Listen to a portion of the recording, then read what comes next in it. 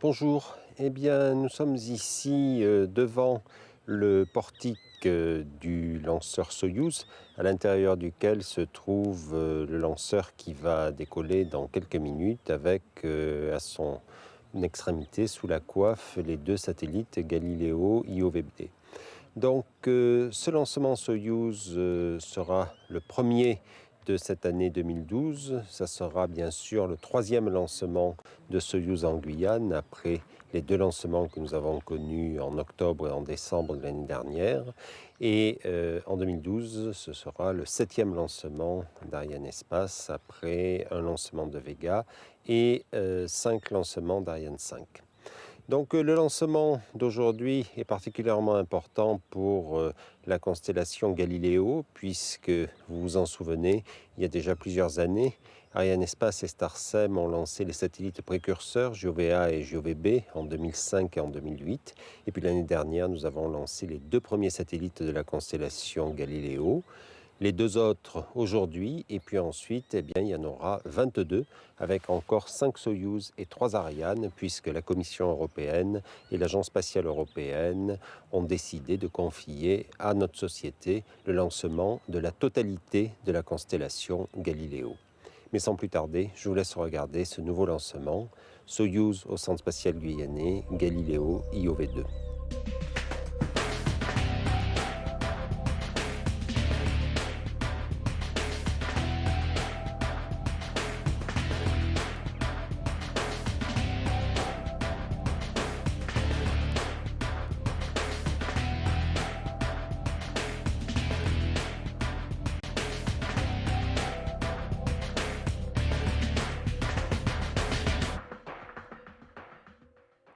Madame, Monsieur, bonjour et bienvenue. Bonjour Claude. Bonjour Thierry et bienvenue en Guyane française. Nous allons assister ensemble au troisième lancement d'une fusée Soyouz depuis le port spatial de l'Europe. Alors le lanceur Soyouz est érigé sur sa table de lancement comme pour confirmer que la gamme des lanceurs européens est bien présente en Guyane. Oui, Soyouz est sur l'équateur aux côtés de Vega et d'Ariane 5.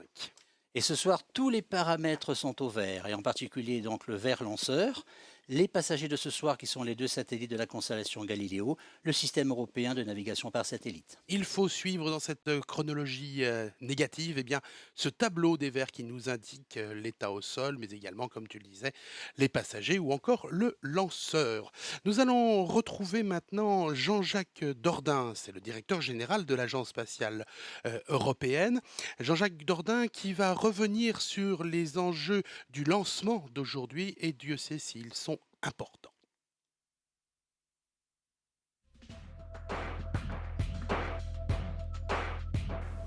Deux satellites supplémentaires en orbite, avec les deux qui sont en orbite depuis un an. Ce sera une mini-constellation de 4 satellites qui utilise les meilleures technologies au monde pour l'instant, avec l'horloge atomique et le générateur de signal.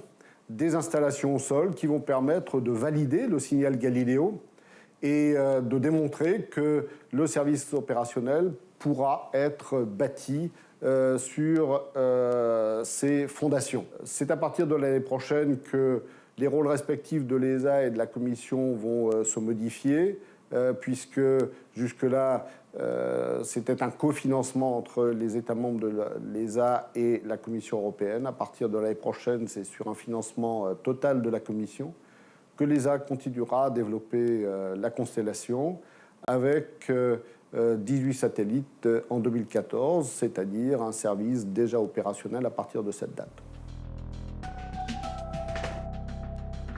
Soyouz, troisième du nom en Guyane, patiente sur sa zone de lancement. Nous allons revenir en salle Jupiter. Nous sommes ici, Claude, à 23 km de cette zone de lancement. Et cette salle est le lieu ultime de décision. C'est ici que siège la cellule de vol. C'est ça, elle est présidée par Jean-Yves Le Gall. Elle est aussi composée du directeur de l'établissement Arianespace en Guyane, Patrick Loire. Mais à ses côtés, et rien que pour ce soir, il y a aussi le directeur des programmes de navigation de l'ESA, Didier Fèvre. Et un petit peu plus loin, il y a le directeur technique central d'Arianespace, M. Édouard Pérez. Didier Fèvre qui représente, on le précise, Jean-Jacques Dordain. Le rôle de la cellule est primordial. C'est simple, ce sont eux qui ont la décision de d'autoriser ou non le lancement. C'est ça, c'est vers eux que convergent toutes les informations en temps réel, et en particulier celle du centre de lancement Soyouz que nous visiterons tout à l'heure. Le CDLS, effectivement, que nous allons visiter. Christophe Bardou est le chef de projet Galileo chez Arianespace. Il revient sur la mission du jour.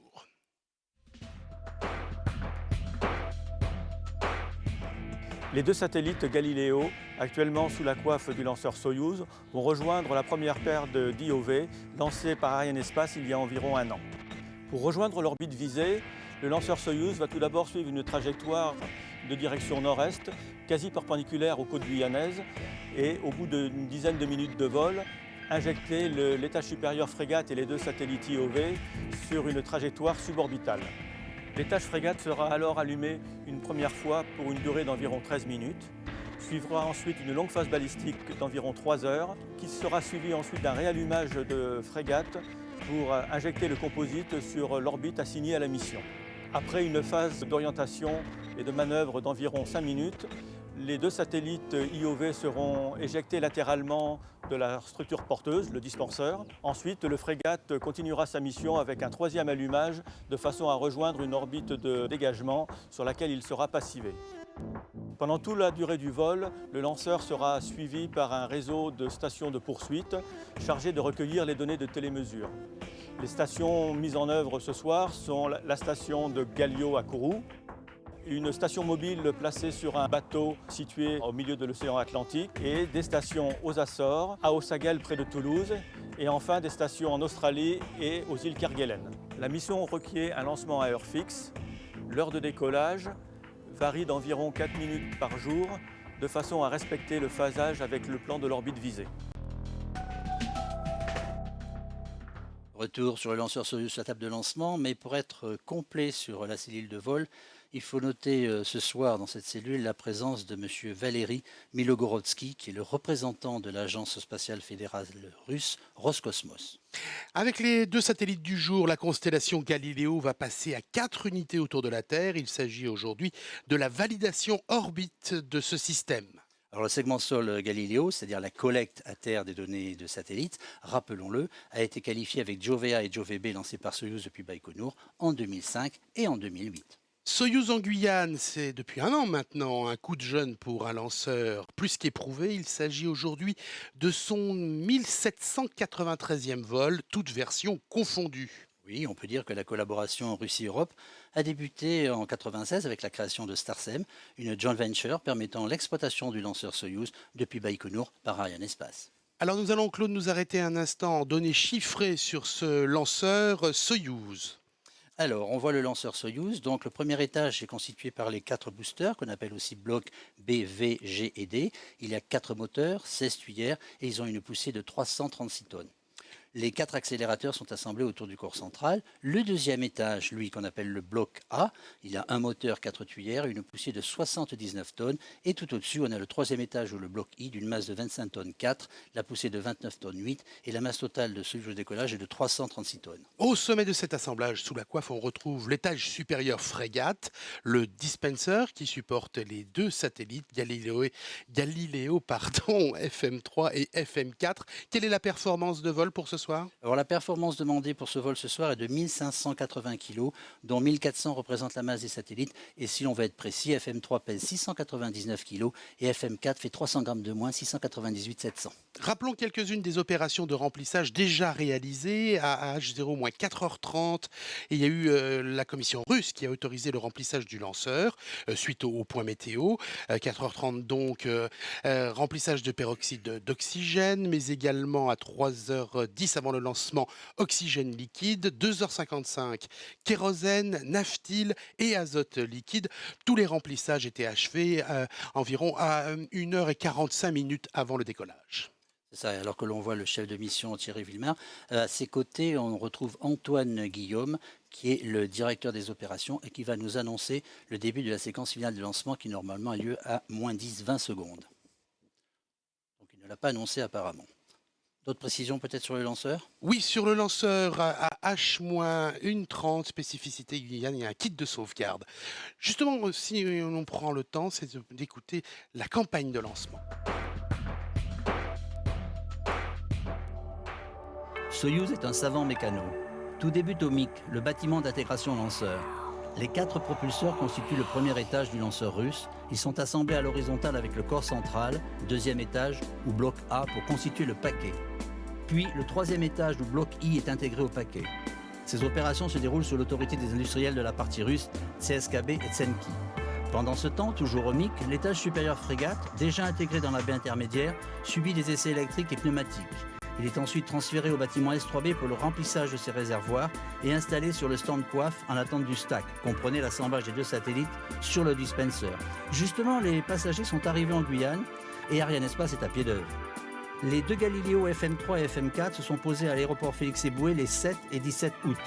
Après une série de vérifications mécaniques, électriques et de tests de bonne santé, ils ont été transférés les 12 et 13 septembre au bâtiment S5B pour le remplissage de leurs réservoirs. Fin prêt, les passagers arrimés au dispenser sont transférés au S3B le 26 septembre. Le stack est ainsi constitué. Le tout est encapsulé sous la coiffe pour le protéger pendant les dernières opérations d'assemblage, le décollage et le début du vol, en partie atmosphérique. Mais le jour J approche.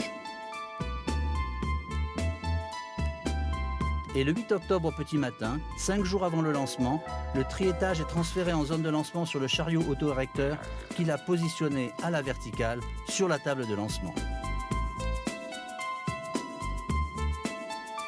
Et c'est en soirée que le composite supérieur du lanceur a été transféré en zone de lancement et intégré à son tour sur le lanceur via le portique mobile. Ce dernier assemblage à la verticale est une des procédures typiquement guyanaises des campagnes Soyouz. Le vol Soyouz 03 avec à son bord les satellites Galileo FM3 et FM4 patiente avant de s'élancer depuis le port spatial de l'Europe.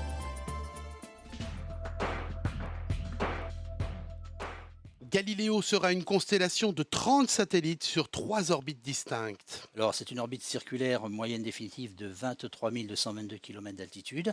Et il y aura 3 plans donc séparés les uns des autres par 120 degrés de longitude et inclinés de 56 degrés par rapport à l'équateur. 10 satellites par orbite, dont un sert de secours en cas de nécessité.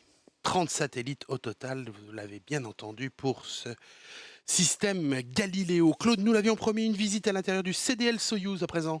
Donc, il est situé à 1 km du pas de tir environ. C'est un bunker en béton armé. Il y a 2 étages.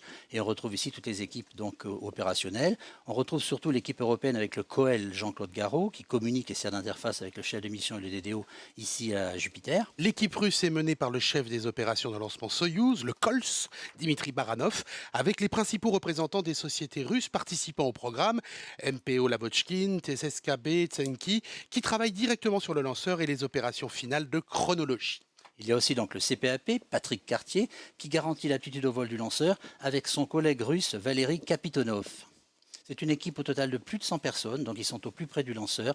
Il y a un peu plus de Russes que d'Européens. Et on y dialogue en russe, en français et en anglais. Polyglotte, bienvenue. Sur le pupitre du KOLS ? Alors, sur le pupitre du KOLS, il y a une clé. Cette clé va être positionnée dans quelques secondes sur la position démarrage. Et ceci est une action manuelle. Et c'est ce qu'on appelle donc le début de la séquence automatique, le Klushna Start. Ça se fera à -6 et 10 secondes. Le Klushna Start, donc, qui fait partie de la procédure de ce Soyouz, qu'il soit à Baïkonour ou ici, en Guyane. Voilà donc cette période est lancée. On peut souligner que si la conquête spatiale s'est développée en temps de guerre froide, donc d'étanchéité entre les 2 blocs, les procédures de lancement sont très proches, comme si les nécessités techniques avaient conduit les équipes à prendre les mêmes décisions. Cela peut peut-être expliquer l'acclimatation rapide de Soyouz ici en Guyane. Alors dans quelques secondes maintenant, on va découvrir donc plus en précision les passagers de ce vol, donc des satellites qui vont permettre la validation en orbite du système avec les 2 camarades qui sont déjà là-haut depuis un an.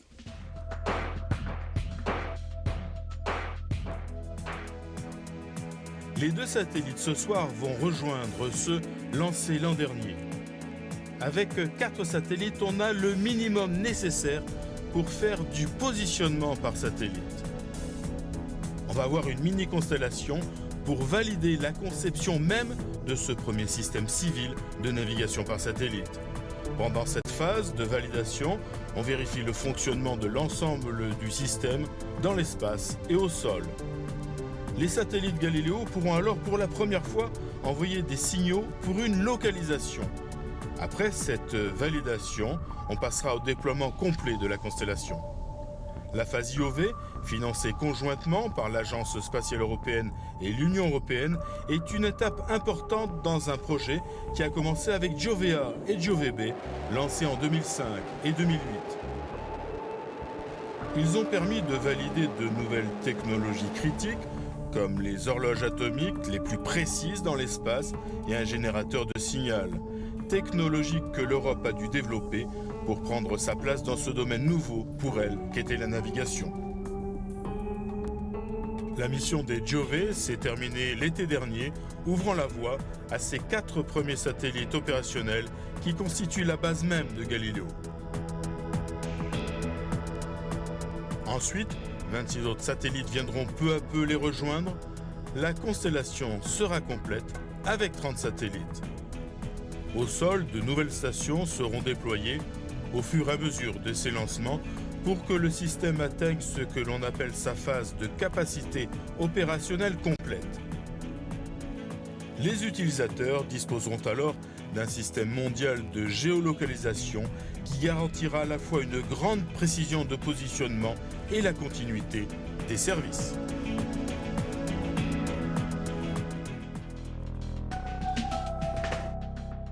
Claude, pendant le sujet, les opérations se déroulent toujours à bord et au sol. Bien sûr, sur ce lanceur, il y a moins 5 minutes, on avait des opérations que l'on appelle de purge et de balayage, c'est-à-dire qu'on souffle du gaz dans les canalisations qui vont alimenter la turbopompe en ergol. À moins 5 minutes aussi, donc, Frégate est passée en alimentation bord, et dans quelques secondes, à moins 3 minutes et 0,4 secondes, on aura des opérations de drainage, qu'on appelle en russe le Klushna drainage.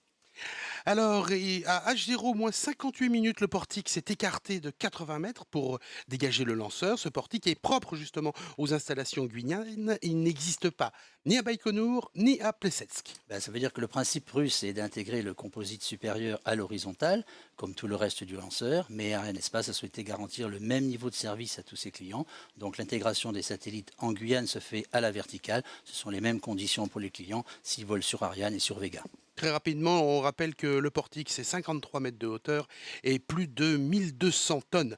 À H0, moins 2 minutes 25, séparation et largage des ombilicosatellites.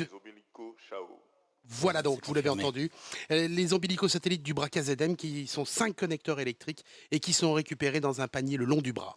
Et puisque tout va aller très vite, on va vous annoncer tout de suite ce qui va arriver dans les dernières secondes avant le décollage. À moins 38 secondes, on aura le largage des ombilicaux du 3e étage qui vont eux aussi retomber dans un 2e panier, le long du même mât. À 35 secondes, on va avoir l'ouverture du plus grand bras, le KZM, qui va s'éloigner du lanceur, et vous le verrez très bien. Et à moins 19 secondes, on va voir l'allumage du moteur du 1er étage et 2e étage, donc les 5 blocs B, V, G, D et A, et ça c'est ce qu'on appelle le POUSC. Et à moins 18 secondes, on aura le retrait du mât VKM. À noter qu'il y a 3 paliers de poussée avec test intermédiaire avant décollage. Tout d'abord, à moins 14 secondes, une poussée primaire de 20% seulement de la poussée totale. À moins 6 secondes, une poussée intermédiaire encore de 85%. Et enfin, à 3 secondes avant le décollage, une poussée maximale, donc 100%. Et normalement, on décolle. Nous allons avoir dans quelques secondes l'annonce par le DDO de la toute dernière minute avant ce décollage. À tous de DDO, attention pour moins 1 minute.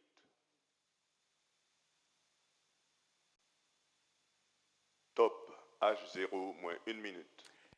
Eh bien, nous allons profiter pour saluer tous ceux qui nous écoutent, mais aussi saluer toute la Russie, Samara, Moscou, Saint-Pétersbourg, et vous, la Guyane, qui nous écoutez ici, Sinnamary, Kourou et Cayenne. L'Europe, bien entendu, avec la Commission européenne à Bruxelles, mais également les centres de l'ESA, du CNES, d'Arianespace, les industriels qui ont participé à ces programmes et les internautes. Nous saluons également la Team Gamers. Largage du mât KZM. Nous faisons tout de suite silence pour apprécier.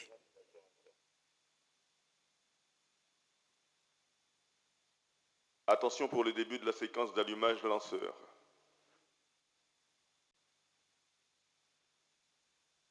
Largage du mât VKM. Allumage du triétage. Attention pour le décompte final. 10, 9, 8, 7, 6, 5, 4, 3, 2, 1. Top. Décollage.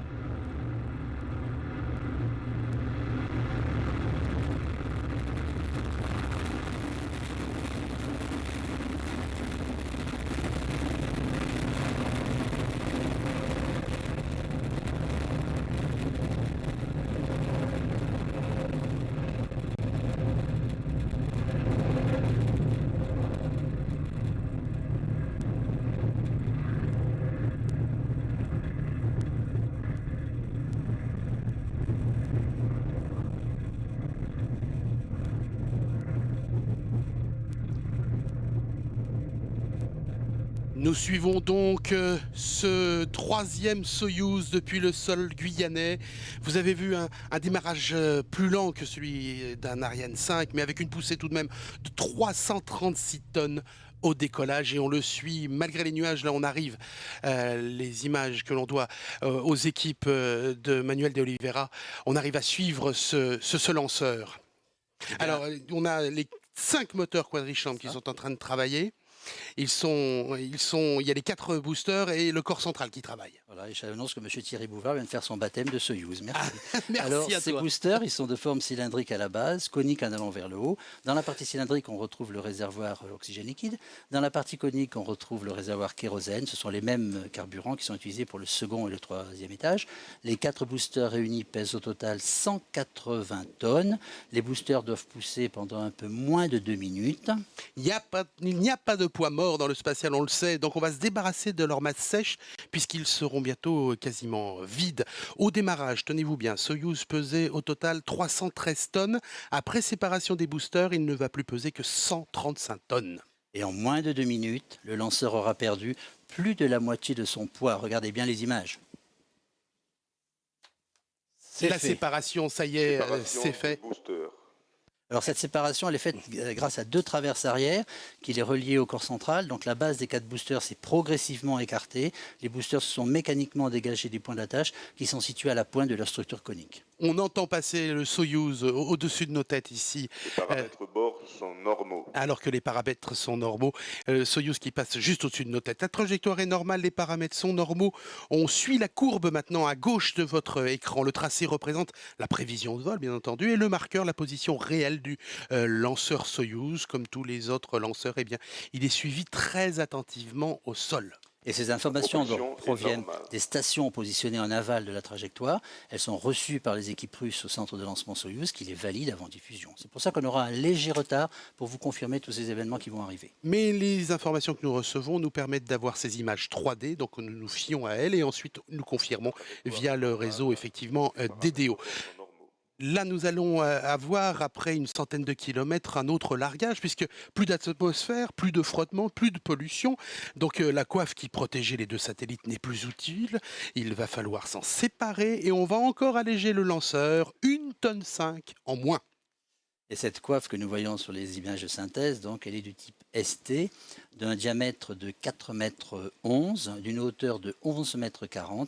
Elle est construite donc par la société russe qui construit aussi le lanceur, c'est-à-dire TSKV Progress, au centre spatial de Samara. On attend donc Un beau bébé. C'est ça. Donc à 3,40, largage de la coiffe. La prochaine étape et la particularité de Soyouz, c'est qu'on va allumer le moteur du 3e étage 2 secondes avant la séparation du second. Cela va permettre de donner une impulsion supplémentaire à ce 3e étage. Les gaz d'échappement vont en effet rebondir sur le 2e étage qui est équipé bien entendu d'une protection thermique. Donc alors que le DDO a bien confirmé le largage de la coiffe, donc ceci permet d'augmenter la poussée du 3e étage lors de l'allumage. En russe, on appelle cela la séparation chaude. Alors on va perdre le corps du 2e étage qui est haut de 27 mètres. Ce qui reste du lanceur à ce moment-là donc, ne mesurera plus que 18 mètres. Imaginez, on avait un lanceur complet, 313 tonnes, il y a 4 minutes 20. On va se retrouver maintenant avec bien peu de choses en vol, mais que des choses utiles. Nous attendons donc cette séparation chaude, je vous le rappelle, d'abord un allumage, puis une séparation. Donc le 3e étage, il est intégré au 2e étage par une structure en treillis, c'est bien ça Claude, hein? C'est ça, donc c'est la jupe arrière de cet étage qui avait servi à canaliser donc les flux, a été éjectée quelques secondes plus tard. Elle dévoile ainsi la tuyère. Regardez bien sur les images de synthèse, vous allez le voir. La tuyère du 2e étage, voilà, On voit fait, les jupes qui volent. donc est en attente de séparation. Et le moteur utilisé, c'est le moteur russe, le RD-124, qui comprend 4 chambres de combustion et 4 tuyères. Et la poussée est d'environ 30 kN. La durée du travail de cet étage est estimée à 240 secondes, près de 4 minutes. Alors, Soyouz en Guyane est associé étroitement au programme Galileo. Les passagers de ce Séparation soir du bloc A. sont les 3e et 4e étages pour le lanceur russe et 10 autres satellites sont en attente. Ils partiront par paire depuis la Guyane avec Soyouz. Les 3 derniers vols seront logiquement confiés à Ariane 5 qui aura, tenez-vous bien, 4 satellites Galileo à chaque décollage sous sa Propulsion coiffe. du troisième étage est normale. Il faut préciser que le programme Galileo est très ambitieux. Sa mise en œuvre va s'échelonner sur plusieurs années avec un service initial dès qu'il y aura 18 satellites autour de la Terre et ce sera aux alentours de 2014, c'est-à-dire demain. C'est ça, mais c'était hier, en 1999, qu'on peut dater l'acte de naissance de Galileo et surtout la volonté européenne de mépriser donc son propre système de navigation. Une manière forte d'exister entre l'américain GPS et le russe GLONASS. Le premier lancement justement de GLONASS a eu lieu il y a 30 ans pile aujourd'hui. 12 octobre. Les dernières infos du spatial, c'est dans un moment. Je trouve, Claude, que cela tombe très bien ce lancement aujourd'hui avec cette affirmation européenne, si on le met en résonance avec ce qui était annoncé ce matin, à savoir un prix Nobel de la paix pour l'Union européenne. Nous le disions donc, le reste des infos du spatial européen, c'est tout de suite et c'est en bref.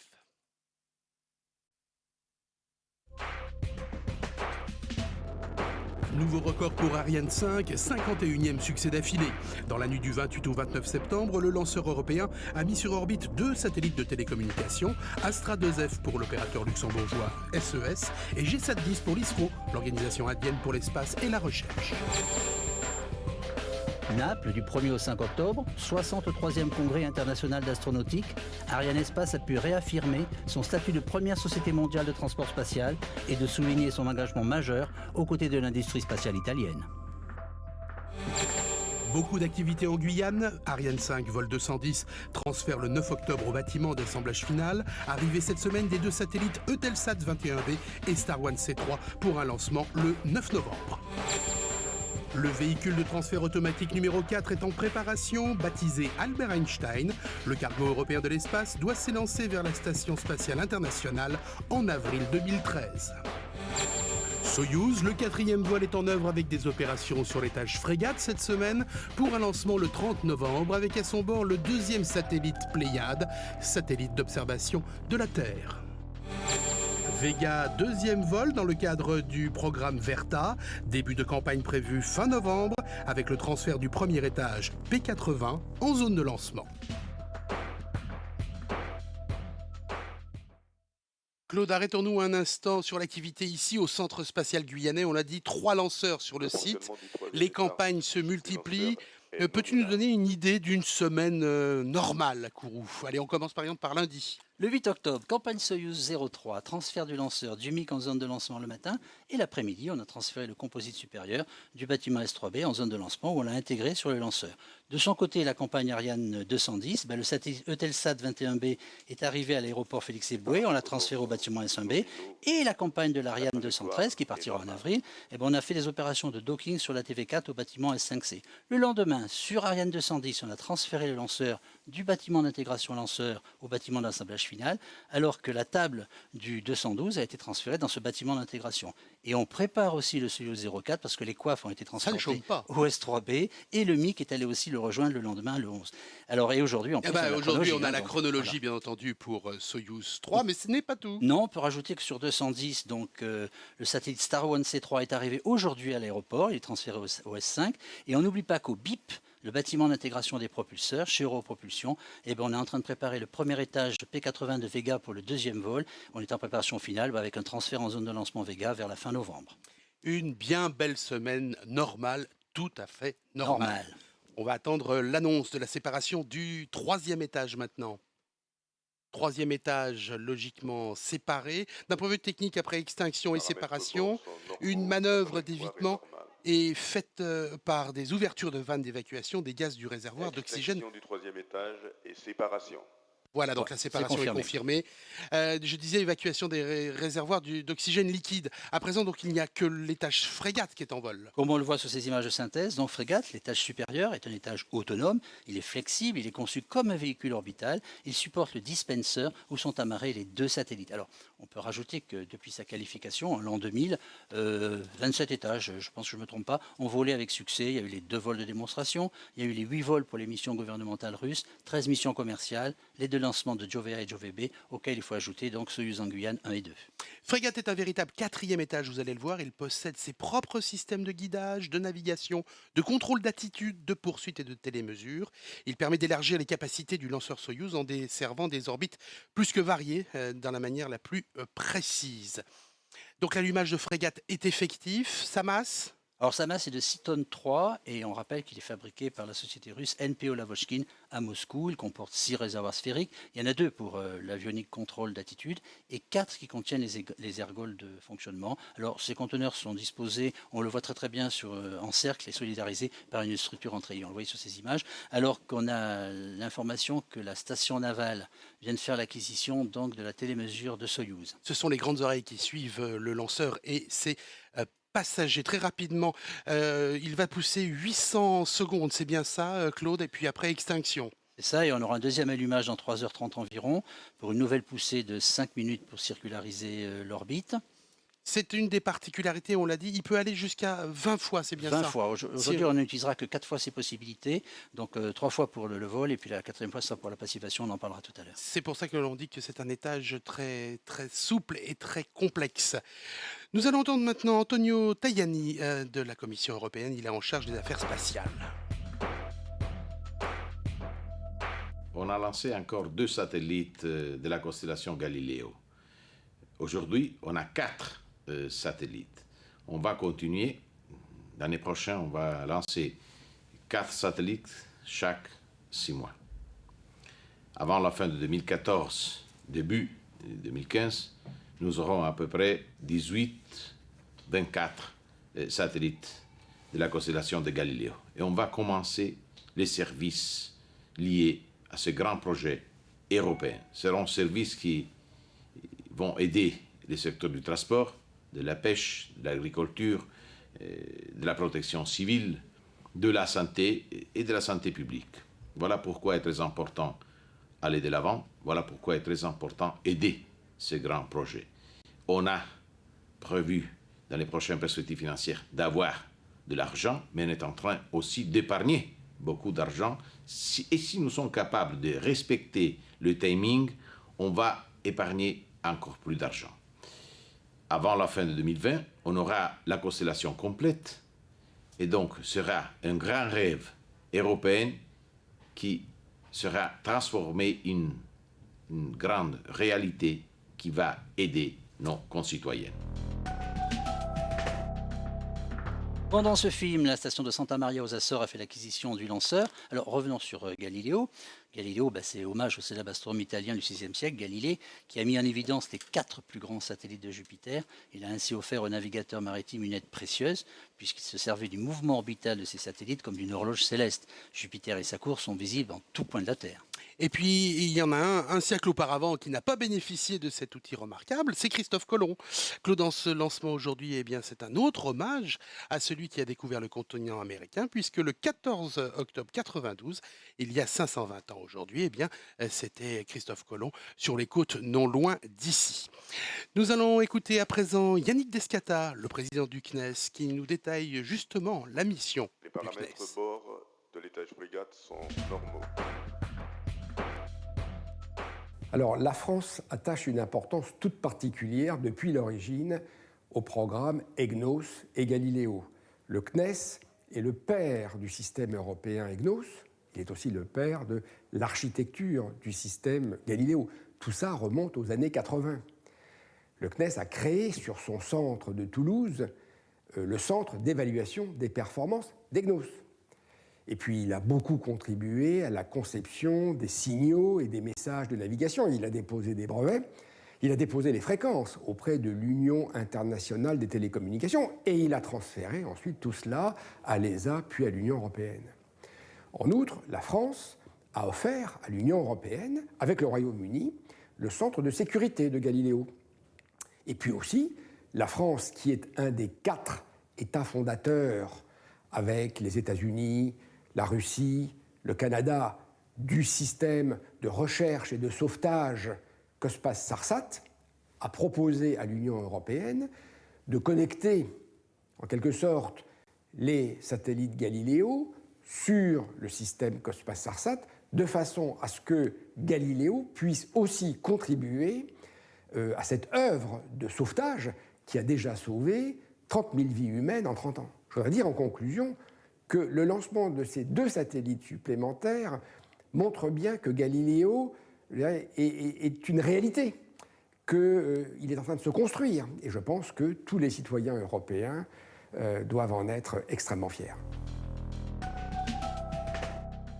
Mea culpa, ce n'était pas le 14 octobre, je m'étais emballé, c'est le 12 octobre bien entendu. Alors l'ensemble de lancement Soyouz est le 7e ensemble de lancement construit en Guyane sous la direction du CNES. Et avec les 2 pas de tir Soyouz de Baïkonour, les 4 de Plesetsk, l'ensemble de lancement Soyouz est aussi le 7e ensemble de lancement Soyouz dans le monde. C'est aussi le plus récent, et c'est pas moi qui le dis, mais nos amis russes, c'est le plus moderne. Un mot de la production justement des lanceurs Soyouz, Claude. Alors, le centre spatial de Samara en Russie produit en série le lanceur Soyouz pour les besoins du gouvernement russe, de la desserte de la station spatiale internationale et des commandes d'Arianespace ou de sa filiale Starsem. Très bien, mais justement on va aller faire un petit tour du côté de Samara pour voir comment tout cela se déroule alors que le vol se poursuit. Vous voyez à l'image cette image de synthèse de l'étage frégate. Tout de suite, le système industriel russe. Le lanceur Soyouz ST est conçu et produit par le Centre spatial de Samara, qui est l'un des principaux acteurs du projet Soyouz au Centre spatial guyanais.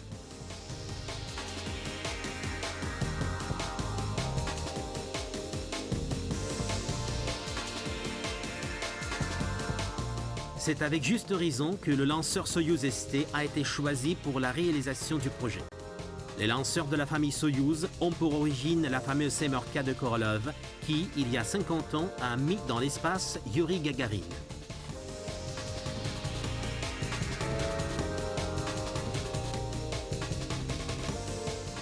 Les lanceurs de la famille Soyouz représentent une structure optimale, le procédé de production très à point, les effectifs hautement qualifiés et le système qualité efficace pour chaque phase de fabrication et d'intégration.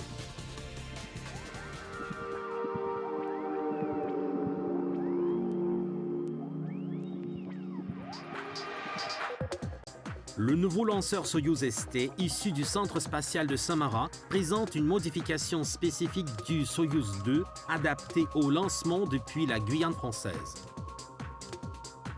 Une injection précise sur orbite de la charge utile, la stabilité et la pilotabilité combinées avec la sécurité de maintenance ont contribué à décider que c'est Soyouz 2 qui serait choisi comme référence pour le lanceur Soyouz ST. Le lanceur Soyouz ST a été modernisé pour les lancements depuis la nouvelle base. L'adaptation prend en compte les exigences européennes vis-à-vis de la sauvegarde du système de télémesure et des conditions de mise en œuvre. À bord du lanceur, on voit installer les équipements permettant d'arrêter les moteurs depuis le sol. C'est-à-dire, le cas échéant, le vol pourra être arrêté manuellement. La mise en orbite d'une coiffe de grande taille de type ST, qui répond aux normes internationales du marché, a permis d'obtenir une extension de la zone charge utile. Le Soyouz ST est acheminé par bloc de Samara au port de Saint-Pétersbourg par circuit ferroviaire, puis il est transféré sur mer en Guyane française. Chacun des blocs du lanceur est recouvert de housse et rangé dans un conteneur séparé. Des conteneurs étanches ont été fabriqués spécialement pour le transport des étages vers la base de lancement équatoriale.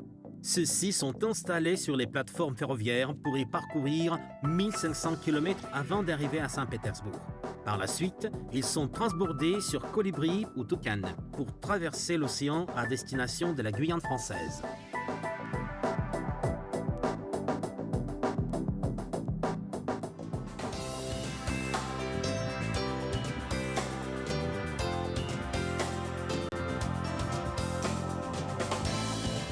Le lancement depuis la Guyane rendra Soyouz le premier lanceur au monde ayant décollé depuis 3 pays.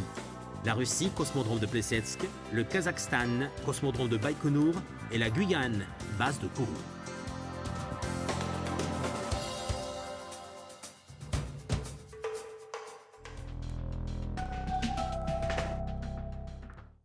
Et rajoutons que c'est sous l'égide de l'agence spatiale russe, Roscosmos, que les sociétés Tsieskabé et Lavochkin produisent donc le lanceur sans interruption, à raison de 15 à 20 unités par an en moyenne. On peut aussi rappeler que dans les années 80, la production de ce lanceur avait atteint des records avec 60 unités livrées, Thierry. C'est énorme. À gauche de notre écran, l'altitude et la vitesse. On le voit, l'altitude progresse toujours. On est bientôt à 290 km d'altitude pour une vitesse de 8,8, pratiquement 9 km secondes. Attention, pour vous donner une indication, à 19 minutes après le décollage, eh bien, le Soyouz survolait Toulouse. Cela fait rêver. Frégate tout de suite en fiche technique. C'est avec François Barrault, le directeur programme Soyouz chez Arianespace. Donc l'étage frégate, c'est un étage supérieur qui est installé sous la coiffe du lanceur Soyouz et qui a été développé avec NPO Lavochkin à partir de 1999-2000 pour les lancements Cluster 2 de l'Agence spatiale européenne. Donc c'est un étage qui est extrêmement intéressant, il est relativement léger, il est totalement autonome, c'est-à-dire qu'il dispose de son propre moteur, de son propre système de pilotage et de guidage, ce qui permet de l'utiliser comme étage complémentaire au lanceur Soyouz. Cet étage présente la particularité de fonctionner avec des argols stockables et de pouvoir être rallumé environ une vingtaine de fois. Donc l'intérêt du réallumage du frégate, c'est d'atteindre tout un tas d'orbites extrêmement variées, que ce soit des orbites héliosynchrones pour les missions destinées à l'observation de la Terre, que ce soit de l'observation optique ou radar, des missions géostationnaires avec un point de largage à 36 000 km, qui permet d'ailleurs d'obtenir les mêmes conditions d'injection pour une charge utile que serait celle donnée par Ariane 5. Il permet également de réaliser des missions en orbite moyenne et en orbite haute dans le cadre du lancement de la constellation Galileo. La majeure partie des missions de l'étage frégate se déroule en 2 allumages, mais dans la mesure où il est réallumable jusqu'à 20 fois, on peut envisager des missions relativement complexes avec soit des changements de plan d'orbite, soit des changements d'altitude de l'orbite. En l'occurrence, cette spécificité a été utilisée à fond pour assurer la mission Pléiade ELISA SSOT à la fin de l'année 2011, puisqu'on a pu réaliser la mise à poste de 5 satellites différents sur 2 orbites différentes à l'aide de 4 allumages du moteur principal. Il est parfaitement adapté à l'offre commerciale d'Arianespace, que ce soit sur les lancements géostationnaires jusqu'à 3 tonnes 100, sur les lancements héliosynchrones et surtout sur les lancements des constellations comme Galileo ou Globalstar. Alors Claude, le Soyouz possède plusieurs versions. Celle de ce soir, c'est la version ST. C'est l'unique lanceur russe utilisé pour les vols habités, le seul à pouvoir emmener des hommes.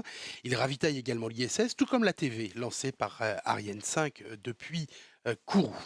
Et concernant l'étage frégate, pour ce vol, ce soir, c'est la version frégate MT qui a été utilisée, car elle emportait 1 tonne d'ergols supplémentaires pour pouvoir réaliser des missions très énergétiques, comme le demande la mission Galileo. Nous sommes en attente d'extinction de frégate. Une première extinction après 13 minutes et 17 secondes de fonctionnement. Les paramètres bord sont normaux.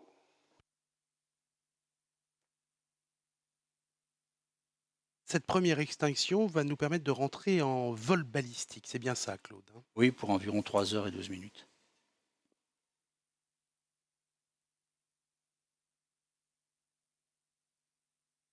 Si logiquement nous sommes là dans une perspective de prédiction de cette extinction, le deuxième allumage est prévu à H0 plus 3 heures, 35 minutes et 35 secondes pour une durée de travail là de 4 minutes 21 secondes.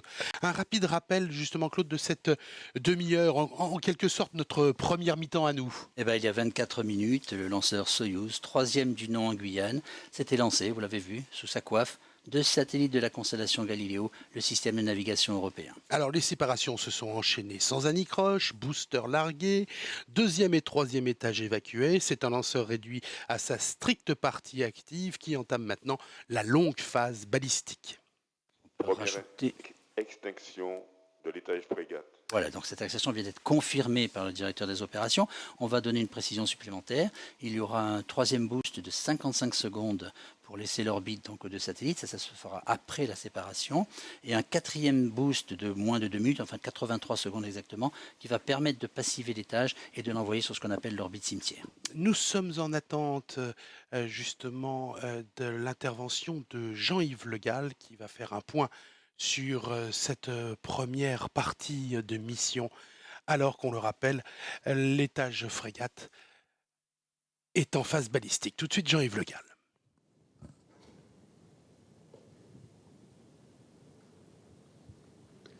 Bien, comme vous l'avez vu, nous avons eu une première partie de la mission qui s'est passée parfaitement puisque le triétage Soyouz a parfaitement fonctionné.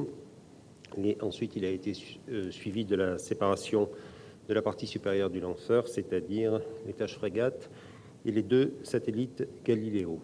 Ensuite, comme vous l'avez suivi, on a eu le premier allumage de l'étage frégate. Nous venons à présent de survoler la mer Baltique. Donc le composite va descendre au-dessus de l'Asie. On ne va pas passer très loin de Baïkonour, d'ailleurs, ce qui est un clin d'œil. Et l'Indonésie, l'océan Indien, et dans un peu plus de 3 heures, frégate et les 2 satellites seront au-dessus du sud de l'Australie. Et là, il y aura un deuxième allumage de frégate, plus court que le premier, et la séparation des satellites. Donc voilà ce que je peux vous dire pour l'instant. Donc pour les personnes qui regardent la vidéotransmission, eh bien, restez à l'écoute pour la fin de la mission dans un peu plus de 3 heures. Merci. Voilà donc, Claude, alors que la phase balistique va se poursuivre. Je suis très très content d'avoir vécu ce lancement. Je n'avais jamais vu de décollage de Je vais te Soyouz. demander tes impressions. Ah oui, très très franchement, c'est très impressionnant. Je m'attendais pas forcément à cela, donc j'ai la grande chance d'avoir vécu Ariane 4, Ariane 5, Vega et maintenant Soyouz ici en Guyane. C'est la fin de la première mi-temps, c'est bien ça, hein, tout le monde au vestiaire. La pause va être longue, mais la suite est prometteuse. Restez bien avec nous. Retrouvez-nous dès 18h22 heure de Guyane. C'est-à-dire 21h22 temps universel, 23h22 heure de Paris pour les aventures, la suite des aventures de Soyouz et Galileo en Guyane. Alors que nous revoyons les images de ce décollage, il était bien ici 15h15 et 1 seconde. Le 3e Soyouz en Guyane décollé avec sous sa coiffe FM3 et FM4 pour la constellation Galileo. À tout à l'heure.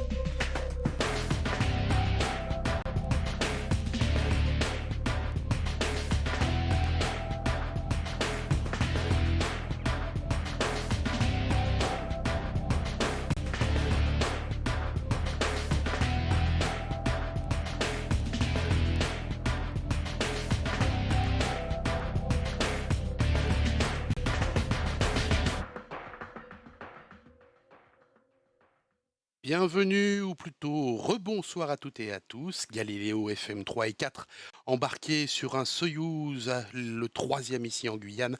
Et à mes côtés, toujours Claude Bernat. Bonsoir et merci à vous tous qui êtes restés en notre compagnie. Alors nous accueillons ici en salle Jupiter les spectateurs qui jusqu'à présent étaient sur le site d'observation Colibri. Bonsoir à vous et bienvenue. Et vous avez de la chance, vous avez vécu le décollage à 5 km de la zone de lancement. Nous allons revivre, c'était à 15h15 précisément, le décollage de Soyouz grâce aux équipes de Manuel de Oliveira. Les images donc de ce décollage nous arrivent.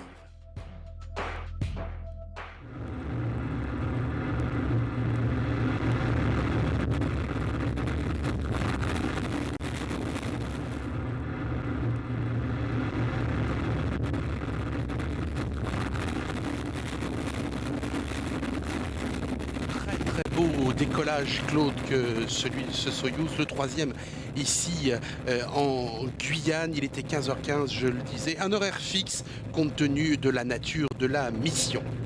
Et regardez ces images comme elles sont belles, on vient de voir l'éjection des 4 propulseurs d'appoint. Alors dans cette deuxième partie, on est en attente du deuxième allumage donc, de frégate.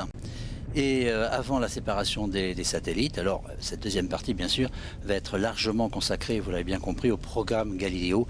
Vous allez tout savoir sur Galileo.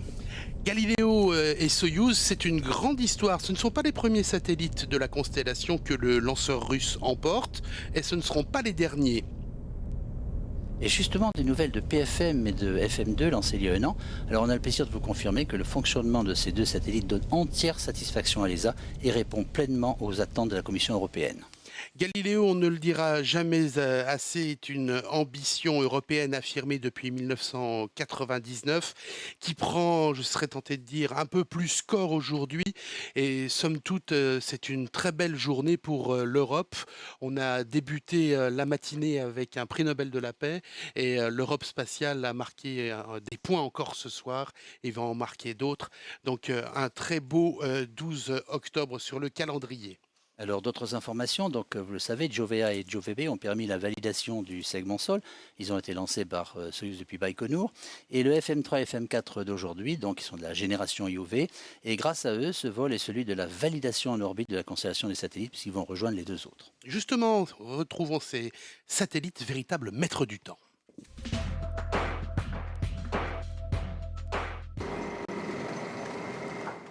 La conception des charges utiles des satellites IOV est à peu près la même que ce qui a été testé par les satellites Jove, avec des systèmes technologiques avancés tels que les horloges atomiques et les antennes de navigation. Pour qu'un système de navigation par satellite fonctionne, un récepteur au sol doit recevoir simultanément les signaux des 4 satellites. Ils circulent autour de la Terre à 23 000 km sur 3 plans orbitaux. Le récepteur calcule sa propre position en calculant la différence dans les signaux reçus des satellites qui seront dans sa zone de visibilité. Cependant, le système Galileo est en fait une immense horloge spatiale. Les signaux transmis par le satellite doivent être synchrones, rigoureusement mesurés par des horloges identiques. Chaque satellite a 4 horloges atomiques qui fonctionnent comme des horloges ordinaires, mais leur temps de base se sert du mouvement des atomes au lieu d'une masse pendulaire, se servant de leur propriété de commutation rapide entre différents états énergétiques. C'est la fréquence de cette transition qui alimente un compteur. Chaque satellite IOV a 2 types d'horloges. L'une est la Maser hydrogène passive, qui est l'horloge la plus précise qui ait jamais été placée en orbite pour la navigation, avec une précision d'1 seconde pour 3 millions d'années. Elle est redondée par une horloge à rubidium d'une précision de 3 secondes pour 1 million d'années. La précision de l'horloge principale est essentielle pour assurer la précision du service Galileo. Une erreur d'une seule nanoseconde, à savoir 1 milliardième de seconde, entraîne une erreur de distance au sol de 30 cm. Traduit en secondes, l'erreur représente alors 300 000 km. Autant se retrouver sur la Lune au lieu de sa propre voiture. Afin d'atteindre une telle stabilité extrême de temps, les conditions opérationnelles des satellites et de leur environnement sont également très importantes. Les satellites ont donc été conçus pour maintenir des conditions opérationnelles constantes. La variation de température est limitée à 1/10 d'un degré, un résultat remarquable si l'on considère que le satellite passe régulièrement de la lumière du Soleil à plus de 100 degrés Celsius au côté nuit avec une température de moins 150 degrés. Le système Galileo doit également tenir compte de l'environnement spatial, à savoir les niveaux de radiation qui changent au fur et à mesure des orbites empruntées par les satellites, entraînant de légères variations du temps de propagation des signaux. Enfin, il y a le segment sol. Les stations de poursuite dans le monde entier et les 2 centres de contrôle en Allemagne et en Italie doivent être synchronisés rigoureusement avec les satellites, comme des métronomes, capables de prédire leur position exacte afin de télécharger au bon moment les instructions de navigation correctives les plus récentes. C'est la combinaison de l'ensemble de ces éléments qui permettra à Galileo de garantir un service de localisation précis.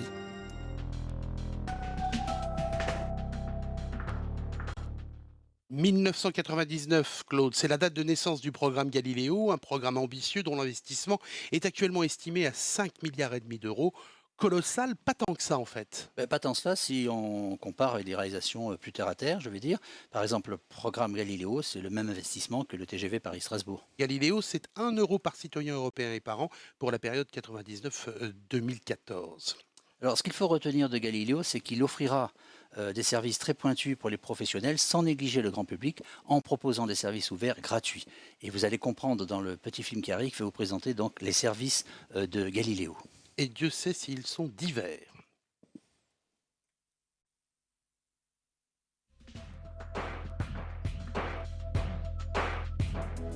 Précision et synchronisation sont indispensables aujourd'hui. Les pilotes doivent connaître la position, l'altitude, la vitesse précise de leur avion et même un simple déplacement en voiture bénéficie de la navigation par satellite. La navigation dépend du temps. Avec Galileo, le premier système mondial de navigation par satellite de l'Europe, les utilisateurs auront une précision sans précédent de l'ordre du mètre. L'Europe disposera ainsi de son propre système civil plutôt que de dépendre du GPS américain. Précision fournie par les horloges atomiques embarquées sur chacun des satellites Galileo. L'horloge Maser a une précision d'1 seconde en 3 millions d'années.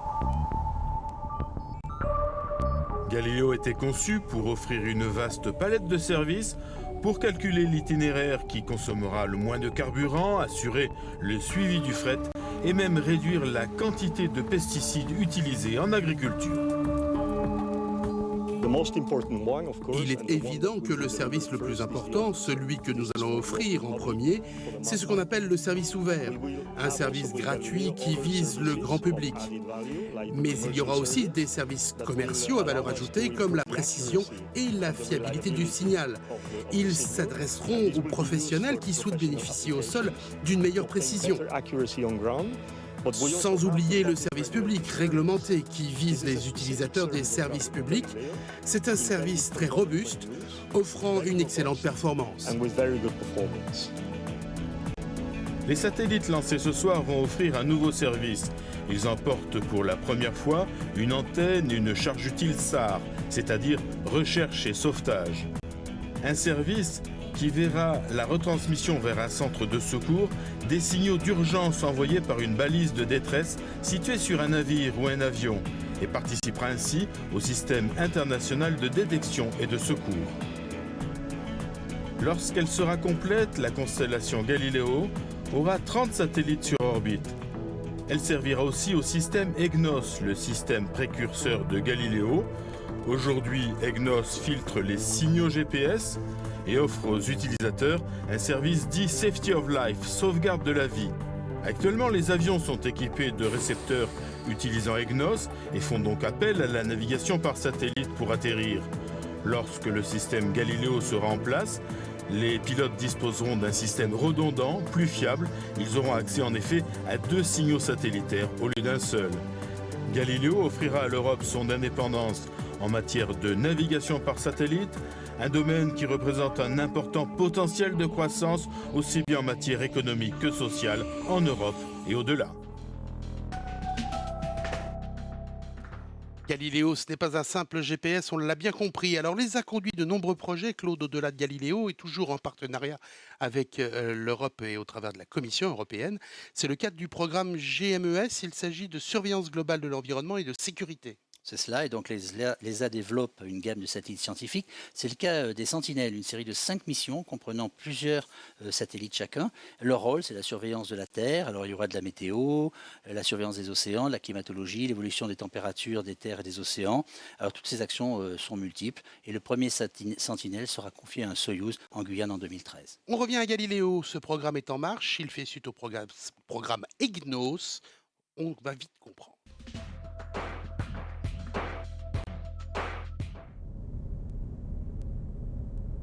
Galileo est en chemin, mais la navigation par satellite est déjà une réalité en Europe, grâce à EGNOS. EGNOS utilise 3 satellites géostationnaires et un vaste réseau au sol pour affiner et capter la précision des signaux GPS américains dans toute l'Europe, avec une précision au mètre près.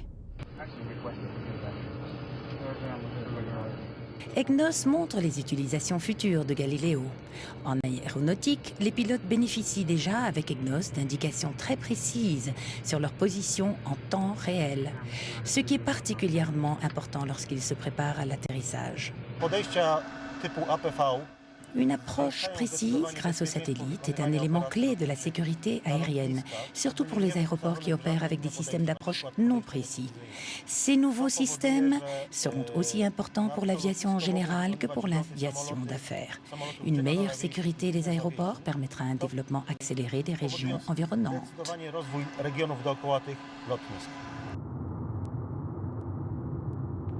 Quant aux routes de l'Europe, les avantages ne concernent pas uniquement la navigation. Les sociétés de transport routier et de passagers pourront mieux gérer leur flotte de camions et de cars en optimisant les déplacements, en évitant les congestions et en économisant le carburant. Galileo fournit de nouvelles techniques de tachychronographie, améliorant aussi bien la sécurité que la détection des voitures volées. De même, Galileo sera un atout pour le transport maritime, car avec quelques 50 000 navires dans le monde, ce système permettra une navigation plus sûre et plus précise. Par un complément, une amélioration du système COSPAS-SARSAT existant, le système de recherche et de sauvetage de Galileo détectera les balises de détresse, notifiera les services d'urgence et informera les utilisateurs que les secours sont en route. Les exploitations agricoles bénéficieront de cette nouvelle agriculture de précision. 60% des tracteurs guidés par satellite utilisent déjà EGNOS, réduisant ainsi la fatigue du conducteur, permettant un travail ultra précis des terres, de distribution de fertilisants ou d'herbicides. De même, les troupeaux d'élevage peuvent être suivis à distance. Différentes catégories de citoyens pourront utiliser les téléphones ou appareils mobiles avec des puces Galileo, qui guideront les touristes dans une ville inconnue par une information en temps réel sur le transport public local, par exemple, ou en aidant des personnes malvoyantes ou handicapées. Galileo sera le premier système de navigation globale non militaire dans le monde. Néanmoins, l'utilisation de certains services publics réglementés sera limitée à certains utilisateurs, tels que les États, pour ce qui concerne des applications sensibles exigeant une parfaite continuité et fiabilité.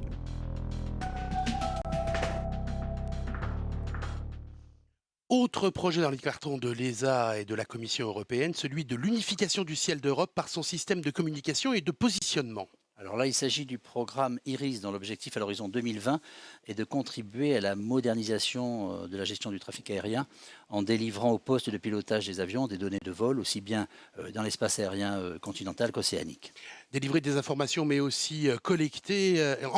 Par exemple, à terme, on peut envisager que les fameuses boîtes noires, qui physiquement sont toujours recherchées en cas de drame, eh bien, ces boîtes noires pourront être hors avion avec une collecte en direct des données de vol par le réseau IRIS. Alors, le lanceur et ses passagers, ils ne sont jamais seuls, c'est bien ça, Claude? C'est ça, et parmi les stations de collecte de données, il y a Toulouse. On découvre cette station. Nous sommes dans la salle de contrôle Galileo, au CNES, à Toulouse. À 23 000 km de là, les 2 satellites viennent d'être séparés du lanceur. Il faut maintenant entrer en contact avec eux. C'est le rôle du centre d'opération du réseau d'antennes. Ils ont moins de 30 minutes pour réussir. Au-delà, les véhicules se mettent en attente.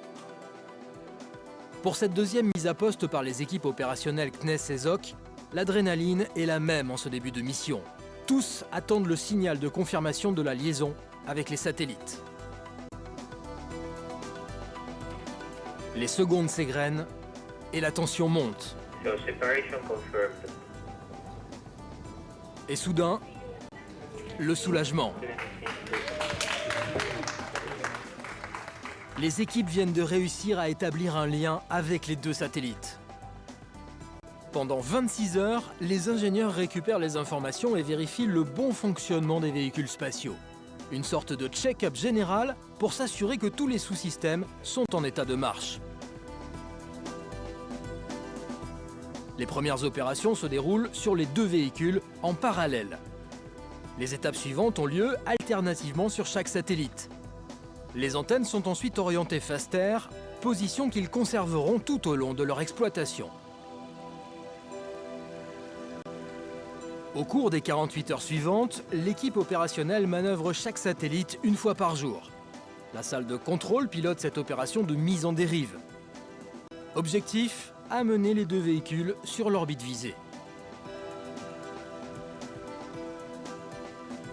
Dans les jours qui suivent, le centre de contrôle Galileo à Toulouse et le centre d'exploitation des satellites à Oberpfaffenhofen travaillent ensemble. C'est l'heure du bilan de l'état des satellites. Pour les équipes de mise à poste, c'est le moment de passer la main aux exploitants en Allemagne. Pendant encore une vingtaine de jours, le service de détermination des manœuvres et le centre d'opération du réseau d'antennes continuent à suivre les satellites jusqu'à leur position définitive en orbite. Une étape réalisée avec une précision maximale. Positionner au final le satellite à 10 mètres près sur une orbite à 23 000 km de la surface de la Terre, c'est comme placer un véhicule depuis le sol, en haut de la tour Eiffel, avec la précision de l'épaisseur d'un cheveu. Prochaine mission, en 2013, la mise à poste des 2 satellites aura lieu depuis Darmstadt cette fois. Les suivantes seront réalisées en alternance avec Toulouse, une répartition des tâches qui prouve l'étroite coopération entre les équipes du CNES et de l'ESOC, le centre opérationnel de l'Agence spatiale européenne. Voilà, nous sommes toujours en attente eh bien, de l'allumage à nouveau de ce composite frégate. 23 152 km et plus. Vous voyez que ça continue à grimper sans cesse. Claude, on a vu les images de synthèse. Il faut préciser qu'il s'agit là d'une prévision de vol. On sait à la seconde près ce que doit faire ce composite. Après, il faut attendre validation. Tout à fait, ces images de synthèse sont directement liées au programme de vol, c'est pour ça qu'elles sont intéressantes. On va rappeler que tout à l'heure, quand on aura le deuxième allumage de frégate et puis la séparation, on attendra ces variations. Là maintenant, on va voir un film sur le réseau sol de Galileo.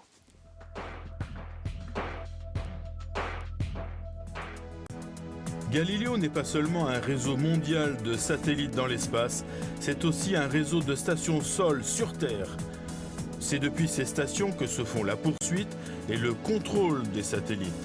Cette partie du système est essentielle puisqu'elle permet d'offrir les meilleurs services de navigation et de synchronisation. Le réseau sol comprend des stations de télémesure, de commande et de poursuite, mais aussi des capteurs et des stations de liaison montante. Ces stations sont réparties dans le monde entier.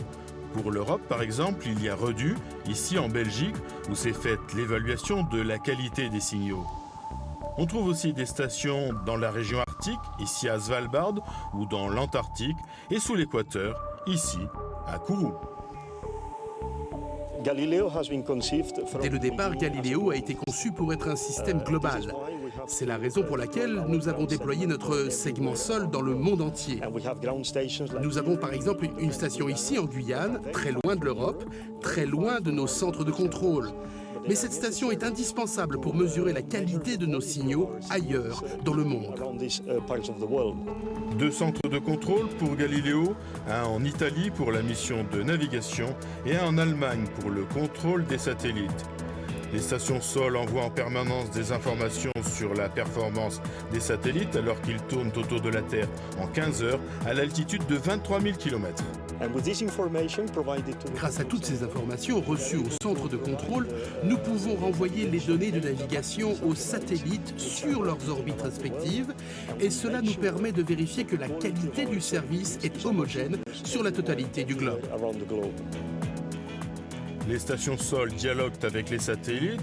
Elles envoient par exemple des données qui permettront de synchroniser les horloges atomiques embarquées avec une horloge de référence au sol.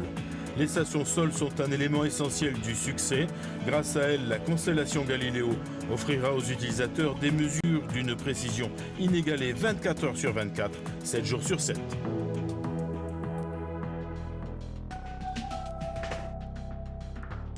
On attend donc le deuxième allumage de frégate d'ici 7 bonnes minutes, qui va donner une impulsion supplémentaire au composite. Cela va permettre de positionner les satellites avant la séparation sur leur orbite circulaire finale. Claude, on complète la liste des stations de suivi de Galileo et non plus du lanceur. Donc on avait dit Rédu en Belgique. Alors ça c'est pour l'Europe. Il y a donc la partie arctique avec Svalbard qui est en Suède. Il y a aussi la partie antarctique. Il y a aussi toute la partie équatoriale, donc ici à Kourou, vous l'avez compris. Et il y a aussi Dongara en Australie. Et puis il y a 2 stations de contrôle alors à Fucino en Italie et à Oberpfaffenhofen en Allemagne. Et puis on a entendu le DDO, pour l'instant tout se passe normalement. Exactement. 2 réseaux, on le disait, réseau de suivi des charges utiles, après le suivi du lanceur, après FM3, FM4, que va-t-il se passer? Eh bien on va le découvrir.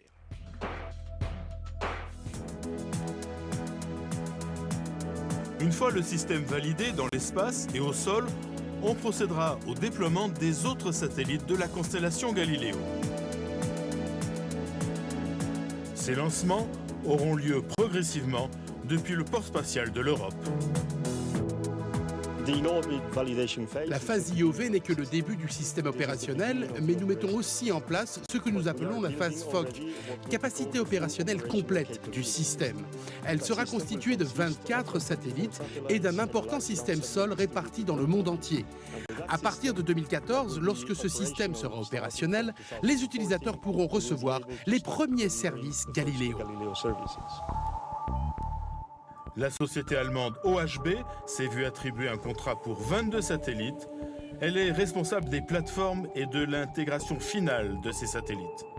EADS Astrium, Thales Alenia Space et Space Opal seront responsables du segment sol, avec un important réseau de stations déployées dans le monde entier.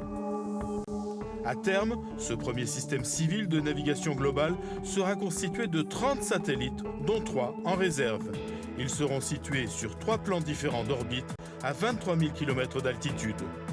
Le déploiement de Galileo est financé par l'Union européenne et il est géré par l'ESA pour le compte de la Commission européenne. La capacité opérationnelle complète est prévue pour la fin de la décennie.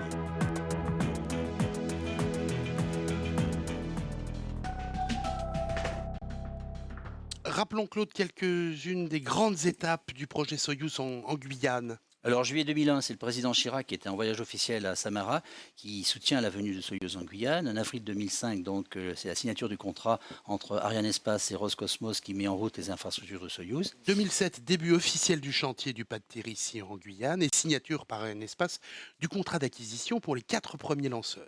Et en mai 2011, Arianespace a reçu officiellement les clés du complexe Soyouz des mains de l'ESA. Et en octobre 2011, vous savez, le premier lancement de Soyouz en Guyane et le deuxième en décembre. Effectivement, la fin 2011 était bien occupée ici en Guyane à Soyouz.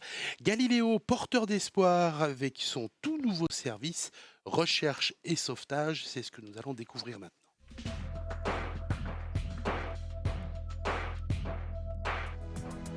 Avec 2 satellites supplémentaires en orbite, Galileo sera comme une mini-constellation représentative du futur système. Cela permettra de tester ses fonctionnalités, mais aussi de préfigurer les futurs services de Galileo. Outre 3 services de navigation, Galileo offrira des services de recherche et sauvetage qui permettront de sauver des vies dans le monde entier. Pour mettre en place cette capacité, ces 2 derniers satellites, comme tous ceux de la future constellation, embarqueront un équipement très particulier.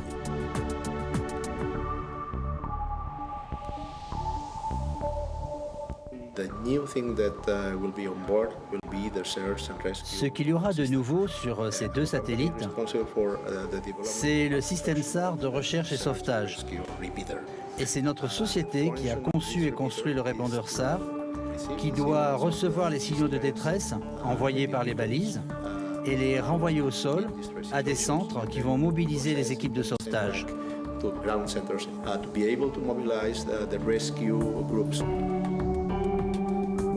MIA Comunicaciones équipe également chaque satellite Galileo d'un récepteur de mission, grâce auquel les satellites recevront les instructions nécessaires au bon fonctionnement de la constellation. Galileo est un des projets spatiaux les plus stratégiques de l'Europe. C'est aussi pour le secteur privé européen, surtout les PME, une occasion unique de faire la preuve de leur savoir-faire. Les plus grands acteurs de l'industrie spatiale, comme Thales Alenia ou EADS Astrium, participent au développement et à l'intégration des satellites et des charges utiles.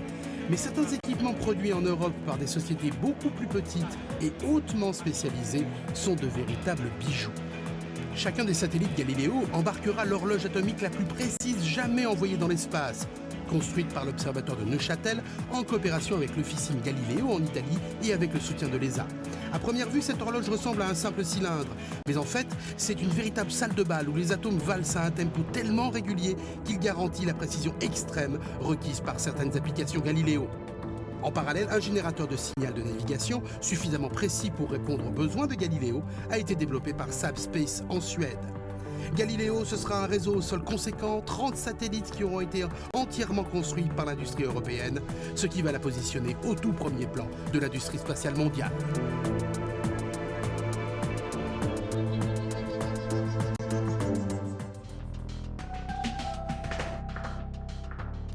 Alors l'ESA a développé le programme Soyouz pour renforcer la coopération avec la Russie dans le domaine des lanceurs ici au CSG. Un programme qui voit l'organisation et l'intervention de plusieurs organismes. Déjà l'ESA qui est maître d'œuvre, qui a été maître d'ouvrage du programme, excusez-moi, et qui a mis à la disposition d'Arianespace un centre de lancement Soyouz.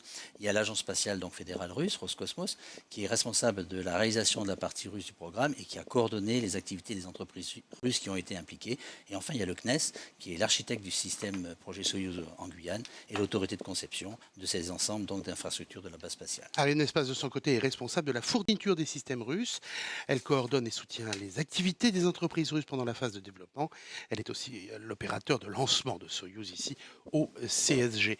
Nous sommes logiquement à une dizaine de secondes de ce deuxième allumage de frégate. Donc là, on attend ces informations qui devraient être confirmées par le directeur des opérations. Et ces informations viennent du centre de lancement prévisionnel nous indique donc, et on attend la confirmation officielle, l'allumage. Donc Claude, là on va avoir une période de repositionnement avant qu'il y ait la séparation. On a eu toute la phase balistique, c'est cette phase que l'on détaillera dans quelques instants, puisqu'effectivement maintenant, justement, les perspectives des 3 lanceurs en Guyane. La gamme 3 lanceurs sur l'équateur est aujourd'hui une réalité. Le 21 octobre 2011, le tout premier Soyouz décollait depuis la Guyane. Le 13 février 2012, c'était au tour de Vega, le lanceur léger de l'Agence spatiale européenne. Ariane, Soyouz et Vega assurent désormais un accès indépendant à l'espace depuis le sol européen. Cette année, nous exploitons depuis la Guyane les 3 lanceurs, Ariane, Vega et Soyouz, et ceci après 10 ans de travail pour Soyouz et le développement de Vega. Arianespace peut donc exploiter la famille complète de lanceurs. Avec derrière nous 10 années de travail, nous regardons maintenant vers l'avenir, vers 10 ans d'activité pour l'industrie européenne et d'exploitation pour le centre spatial ici en Guyane.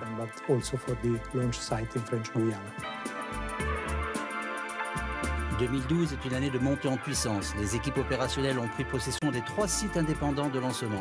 Dans l'année, ces 3 lanceurs vont remplir 10 missions. Cadence soutenue, fiabilité accrue, autant de défis à relever pour les équipes mobilisées des 2 côtés de l'Atlantique.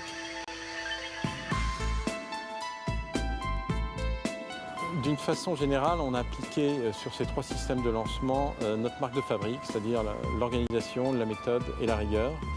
Sur Ariane 5, ça a été appliqué dans le cadre d'un vaste programme d'industrialisation qui a porté ses fruits. Dans le cadre des développements de Soyouz et Vega, Arianespace, en tant qu'opérateur, a été associé dès les phases initiales des programmes de développement, ce qui a permis de développer un projet qui réponde à son besoin et également pour nous de connaître parfaitement les systèmes de lancement. À court terme, nous visons cette année 10 lancements et ce sera une année remarquable. À moyen terme, on souhaite augmenter jusqu'à 12 lancements par an, en augmentant en particulier les cadences de lancement sur Soyouz et Vega. L'Europe avait rêvé de cette machine à lancer, elle est aujourd'hui totalement opérationnelle. Le centre spatial guyanais a su adapter ses infrastructures et ses procédures à l'arrivée de Soyouz et Vega. Des zones de lancement propres à chaque système et des moyens communs redéployés pour chaque lanceur. Le tout en préservant les missions fondamentales du CNES CSG.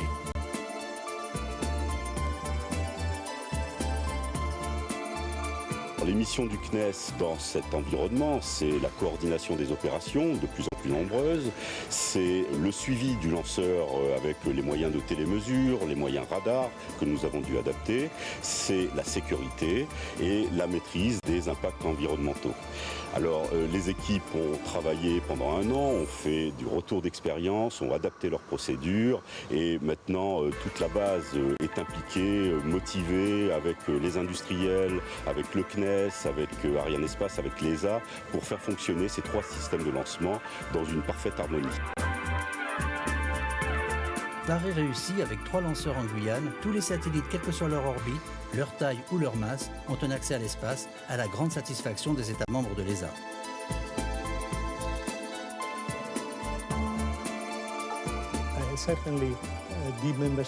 Effectivement, les États membres ont beaucoup investi dans ce rêve et leur récompense est de voir maintenant leur rêve devenir une réalité.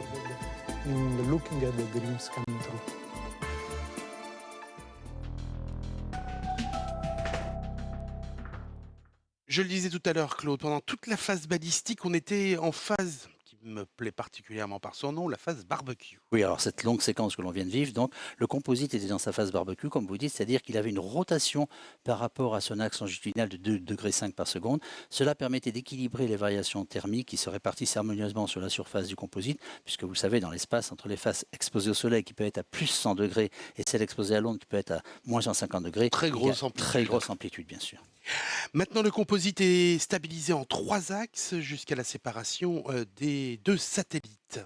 Alors normalement maintenant à 3h39 et 56, le frégate a dû éteindre son moteur, donc ça on voit sur ces images, on n'en a pas encore la confirmation par le directeur des opérations. Ça ne saurait tarder. Cette extinction intervient ? La poussée du moteur frégate. Eh bien voilà, c'est fait. Confirmation faite.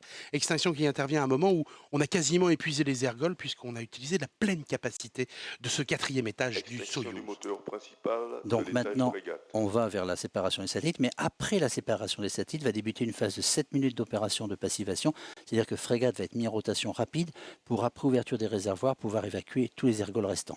L'orbite de passivation, c'est 23 615 km d'altitude, un peu au-dessus de l'orbite de Galiléo. Et puis, direction après, comme tous ces objets qui ne servent plus sur l'orbite cimetière. Surtout, là maintenant, ça nous amène à parler des déchets dans l'espace. C'est cela, et depuis 1987, donc ceci est une préoccupation majeure et mondiale. On distingue donc plusieurs types de déchets spatiaux, donc le reste des lanceurs, les satellites hors d'usage, tous les déchets de fragmentation. On dénombre environ 2500 satellites hors d'usage, il y a à peu près 1900 étages supérieurs de lanceurs et environ 10 000 déchets de taille variable. Alors, les normes internationales autorisent d'avoir dans l'espace comme déchet un objet de plus que le nombre de satellites séparés. Alors, on le disait, Soyouz, le premier Soyouz en Guyane, c'était le 21 octobre 2011, 1777e. Aujourd'hui, c'est le 1793e. Tout de suite, la mise à poste des satellites avec le CNES.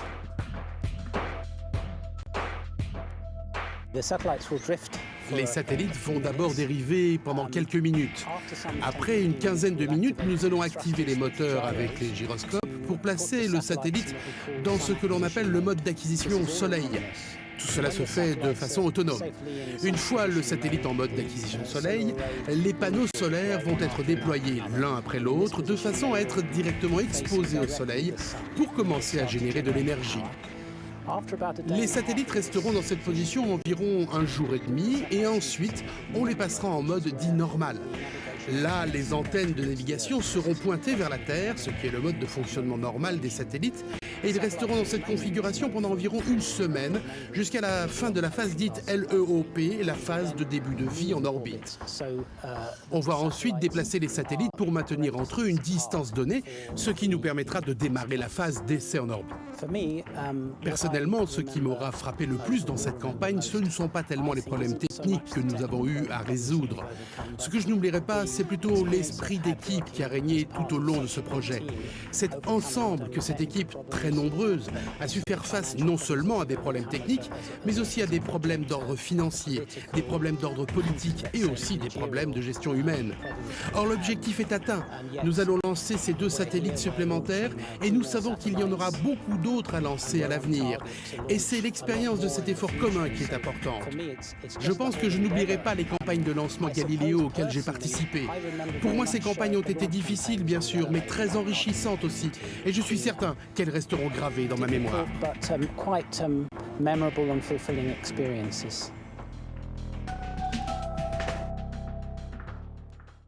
Voilà 3h43, bientôt 44 minutes que Soyouz numéro 3 en Guyane a décollé avec à son bord 2 satellites de la constellation Galileo, FM3 et FM4.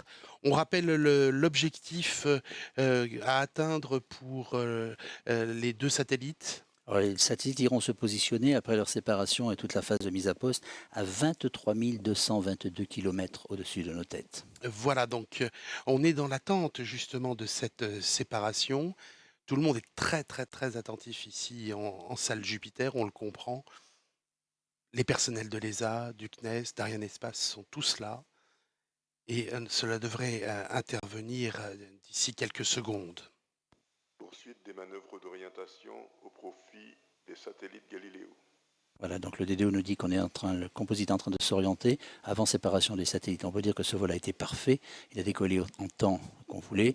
Tous les étages sont séparés correctement. Heure fixe, on le rappelle. Heure fixe, exactement. Et là, on est à la fin, donc on attend la séparation des 2 satellites. Et on verra, grâce aux images 3D, que c'est une séparation latérale. Exactement. Et ensuite, le composite, c'est-à-dire l'étage frégate qui reste, va se dégager de l'orbite des 2 satellites pour ne pas les gêner.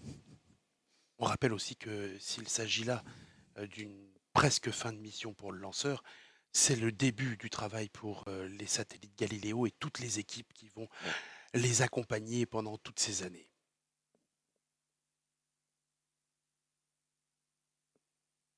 Javier Benedicto, très concentré sur son pupitre. Oui, sans que c'est fait. Voilà. Galileo, FM3 Voilà. et FM4. Ça y est, c'est fait. Un grand soulagement, là, très très grand soulagement. Un vol long, mais un très très beau vol. Une très longue phase balistique, tout à fait logique. Mais avant, on avait vécu un très très beau décollage. Le pupitre donc de l'ESA en jaune poussin. Alors, ce qui se passe maintenant, c'est que ces 2 satellites vont rejoindre leurs 2 collègues qui sont là-haut. Et on va pouvoir commencer à tester cette constellation avec ces 4 satellites. Donc sur 2 orbites différentes. On peut dire toujours très attentif au niveau du pupitre de l'ESA parce que il y a des vérifications maintenant en attente. Certes, le largage c'est confirmé, c'est bien passé. Donc là, on est en vision de Perth en Australie. Et normalement, c'est cette station qui doit faire l'acquisition, et Dongara peut-être aussi, qui doit faire l'acquisition donc, des 2 satellites. Des sourires hein, sur les visages. Oui, mais là, la mission Arianespace est peut-être terminée, mais commence la mission Galileo. Donc c'est pour ça que nos amis restent sur leur pupitre.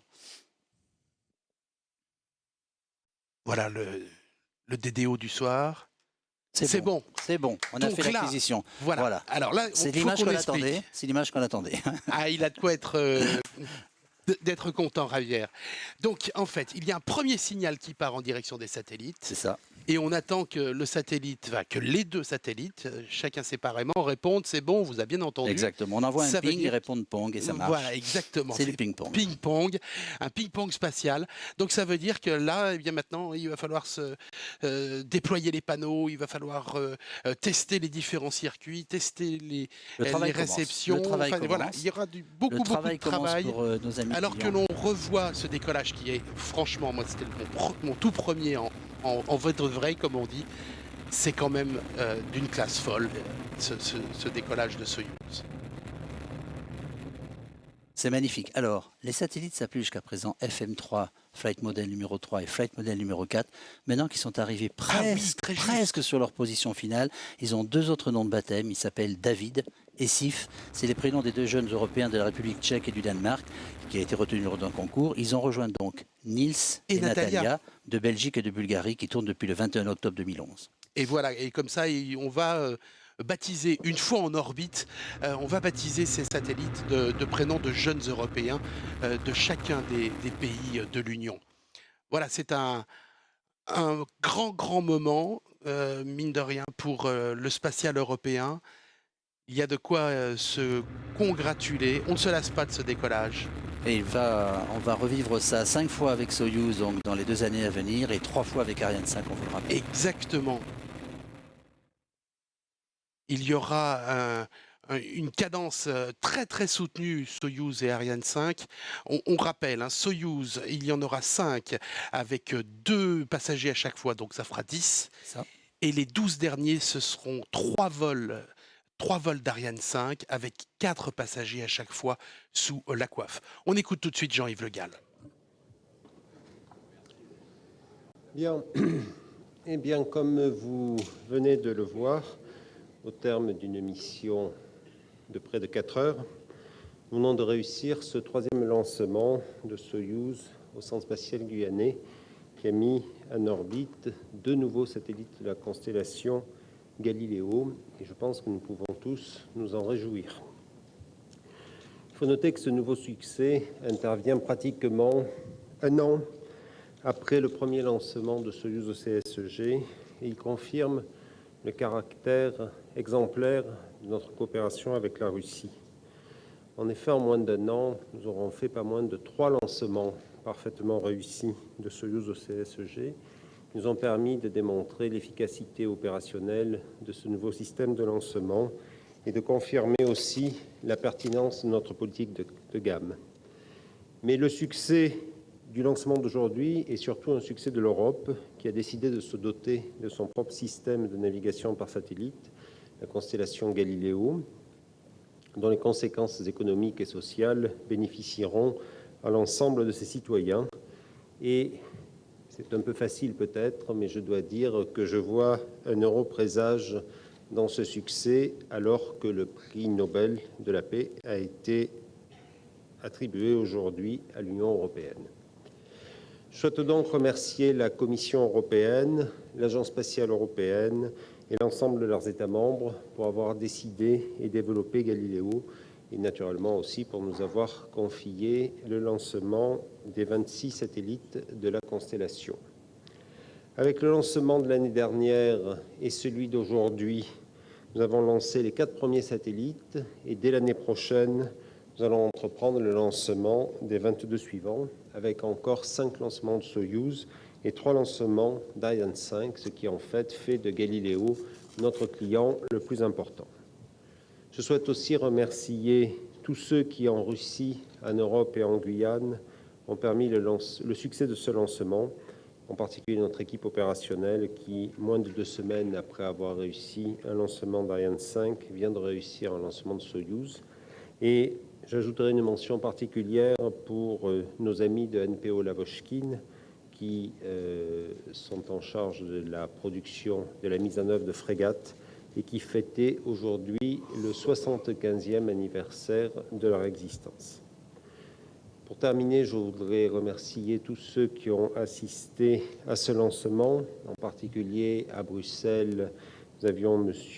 Antonio Tajani, vice-président de la Commission européenne, notre ami Paul Weissenberg, qui dirige ce programme. À Paris, M. Jean-Jacques Dordain, directeur général de l'Agence spatiale européenne, et en Guyane, M. Yannick Descata, président du CNES. Voilà ce que je voulais vous dire au terme de cette mission. Donc à présent, j'ai le plaisir de passer la parole pour l'ESA à M. Didier Fèvre, ensuite pour la Commission européenne à M. Paul Flamand, et puis ensuite, naturellement, pour le CNES à M. Descata. Merci.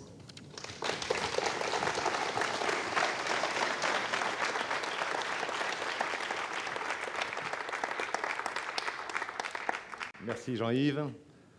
Chers amis, dear friends, Daragi et Druzia, c'est un très grand moment de joie aujourd'hui. Nous sommes à Kourou, nous lançons pour la 4e fois avec Soyouz, nous avons un lancement Galileo pour la 4e fois avec Soyouz. Et donc merci à nos amis d'Ariane Espace et à nos amis russes pour ce magnifique lancement. On est un petit peu ému, mais c'est un très beau jour.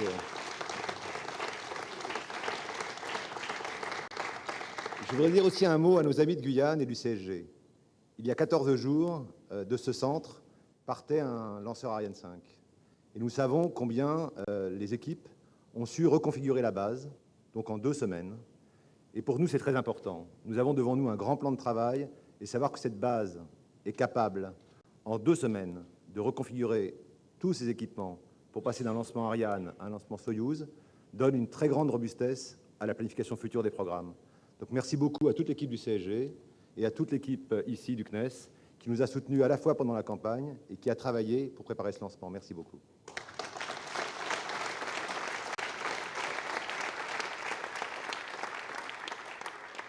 Il y a dans cette salle de nombreux industriels.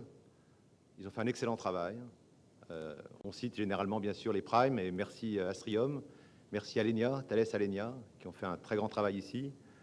La même équipe que pour le premier lancement, et un travail tout aussi bon, et encore plus simple, puisque les procédures étaient rodées, et une excellente entente avec les collègues d'Arianespace et du CNES. Mais il y a aussi parmi vous, je le sais, de nombreux industriels qui ont contribué aux pièces les plus essentielles du satellite, des équipements charge utile. Les 2 premiers satellites IOV sont en pleine forme, ils marchent très bien, et nous sommes donc très confiants pour l'avenir. L'avenir, il est grand. Nous avons 4 satellites en orbite, l'acquisition est confirmée, dans 1 heure, nous aurons le déploiement des panneaux solaires, mais nous avons devant nous 22 autres satellites, 4 lancements Soyouz, 5 lancements Soyouz, pardon, 3 lancements Ariane, donc un grand plan de travail, et nous serons fidèles, et nous serons là. Jean-Yves, tu n'as pas fini de nous voir ici. Bernard Chemoul, ici au CG, n'a pas fini de nous voir ici. Et nous, bien sûr, nous préparons l'avenir. Donc, je crois que c'est un moment de joie qu'il faut partager et pas faire de grands discours. Mais je peux vous dire aujourd'hui que nous n'avons pas fini d'entendre parler de Galileo. Nous reviendrons.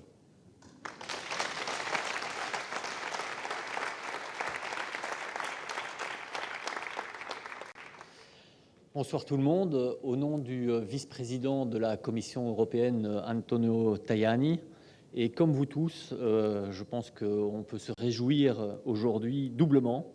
Tout d'abord, la réussite de ce 2e et dernier lancement de la phase de développement du programme Galileo.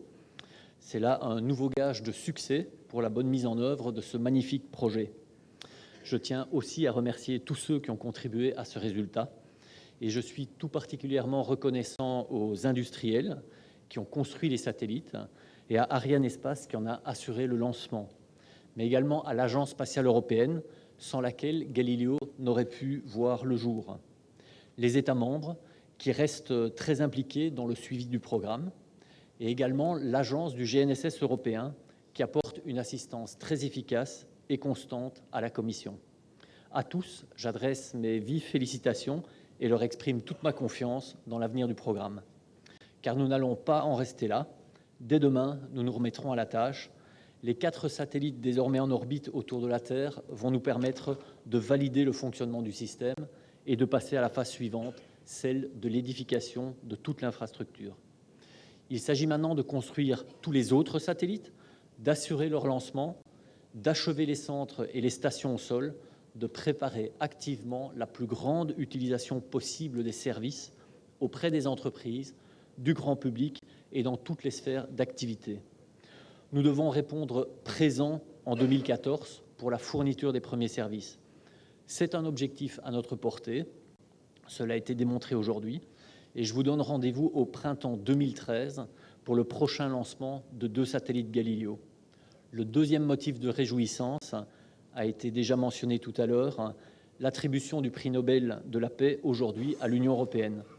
Le 12 octobre 2012 restera donc une date phare à bien des égards pour l'Europe. Merci de votre attention.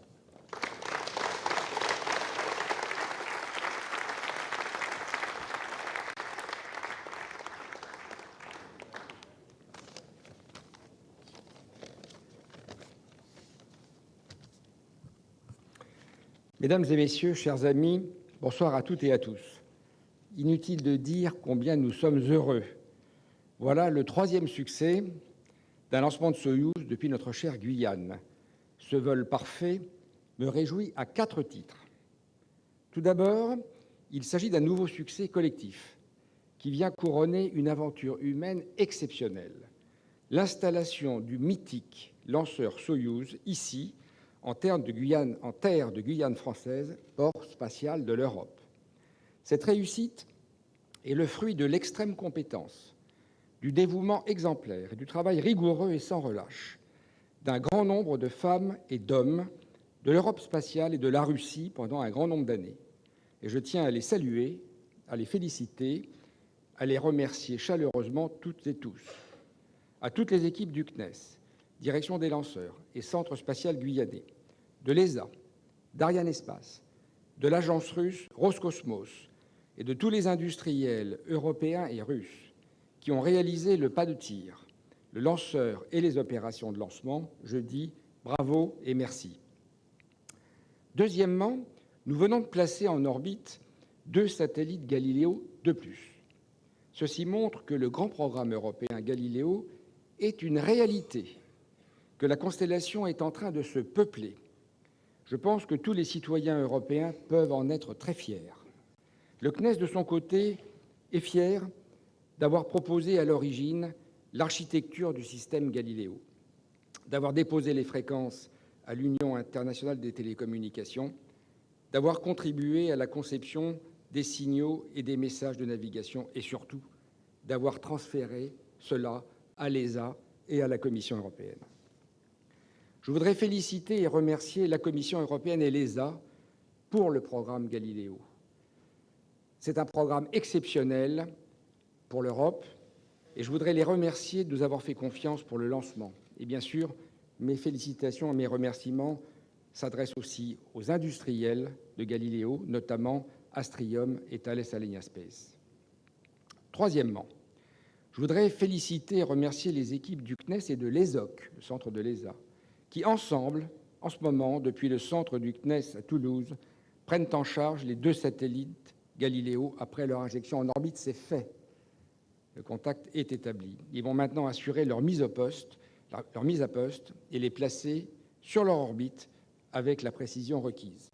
Et enfin, quatrièmement, ça a déjà été dit, mais je voudrais le répéter, le lancement d'aujourd'hui est une véritable performance du Centre spatial guyanais. Il s'agit du 2e lancement en 14 jours.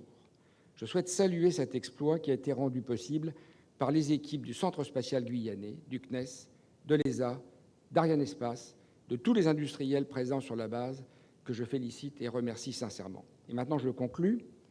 Je me réjouis de ces progrès dans l'avancement du programme Galileo, qui sera bientôt opérationnel et illustrera, comme Ariane ou GMES, combien l'espace, plus que jamais, est un symbole de l'Europe qui réussit et de l'identité européenne. Je vous remercie de votre attention. Et c'est la fête.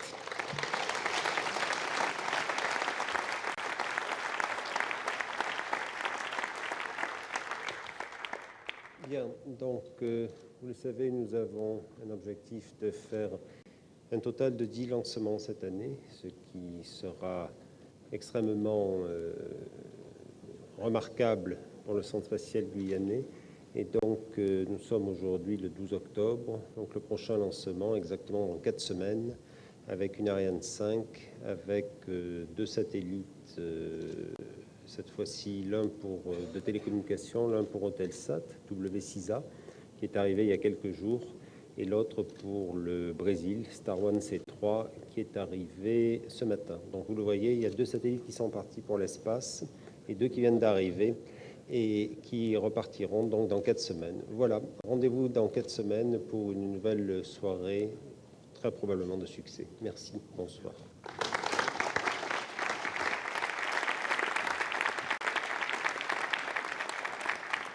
Bien, écoutez, ça a été un grand moment que ce vol pour Galileo. On l'a entendu, prochain rendez-vous, ce sera le 9 novembre pour Ariane 5.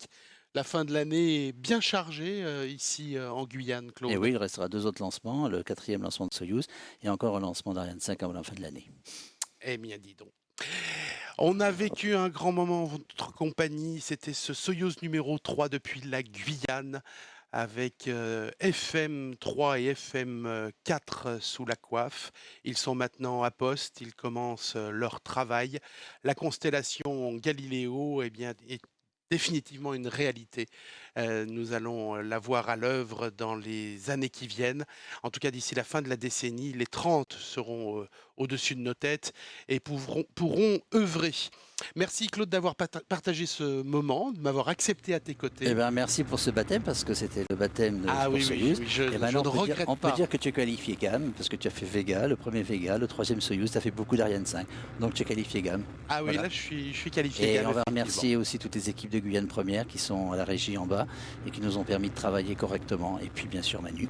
Manu De Oliveira, le réalisateur, dit Manu le jeune, il ne faut pas le confondre avec et on va saluer qui fait plus. On va saluer Dominique aussi qui nous a beaucoup aidé du cinéma. Et Dominique, effectivement. Bien, écoutez, merci à tous. Rendez-vous, vous l'avez compris, toujours sur les meilleurs réseaux le 9 novembre pour une Ariane 5. Bonne soirée à tous. Bonne soirée.